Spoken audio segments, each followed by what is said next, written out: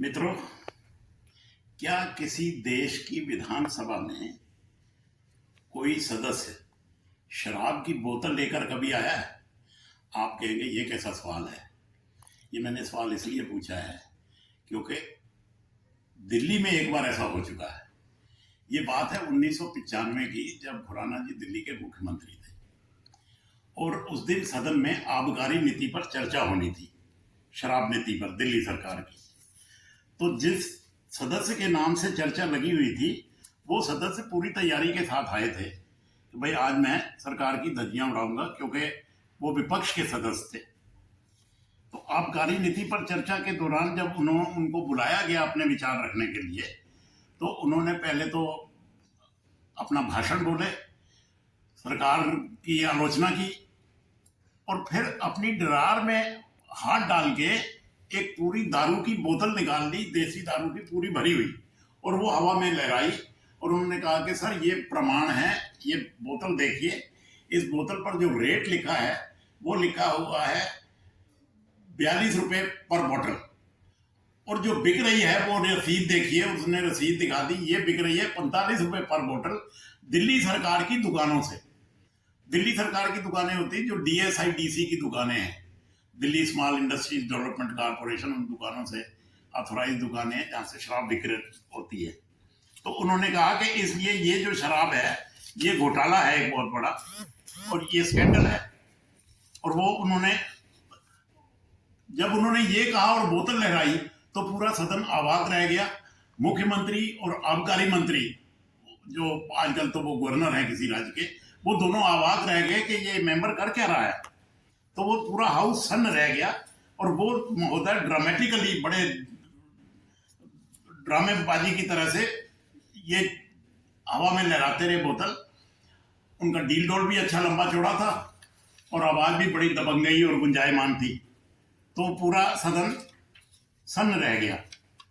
Speaker साहब ने आदेश किया कि इनकी बोतल जब्त कर लो और इस सदस्य को बाहर निकाल दो।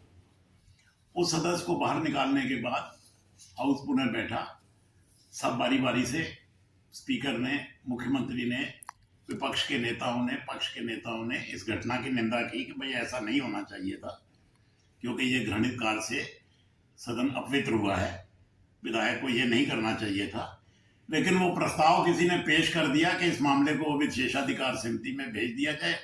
विशेषाधिकार समिति में मामला चला गया, सदस्य का स्पष्टीकरण मांगा गया और विशेषाधिकार समिति ने निर्णय ले लिया कि इसकी सदस्यता समाप्त कर दी जाए। अब वो विधायक वो मेरे पास आए ये पूछने के लिए कि अब मैं क्या करूं। मैंने कहा भाई आपने जो किया है अब आप उसको भुगतोगे। पब्लिसिटी तो आपको बेइंतहा मिल गई है, लेकिन अब आपकी फंस गई है गर्दन, और इसमें से निकलने का सिर्फ एक तरीका है कि आप साष्टांग हो जाइए। तो कहने लगे मैं क्या करूं? मैं उसमें लिख के बिना शर्त आप माफी मांग लीजिए और ये कह दीजिए कि मेरी बिल्कुल मंशा सदन की अवमानना करने की नहीं थी।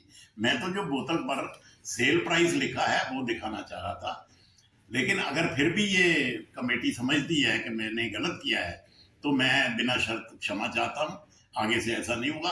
कुछ इस तरह का उसने लिख के दिया सदस्य ने।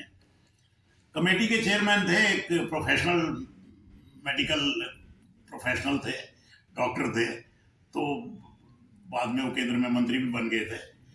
वो मेरी तरफ झुके और उन्होंने मेरे पूछा धीरे से कि बताओ भाई, इस स्थिति में तुम तो लोकसभा से आए हो, लोकसभा में क्या होता है और हमें क्या करना चाहिए।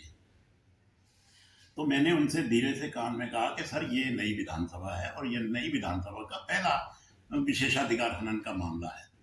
आप यदि इसको निष्कासित करेंगे, कल को ये लोग सत्ता में आ जाएंगे या आपके सदस्य को निष्कासित करेंगे, तो एक परंपरा अच्छी नहीं बनेगी। और मैंने धीरे से उनके कान में एक जुमला पढ़ा। मैंने कहा सर, क्षमा बड़न को चाहिए, छोटन को उत्पात।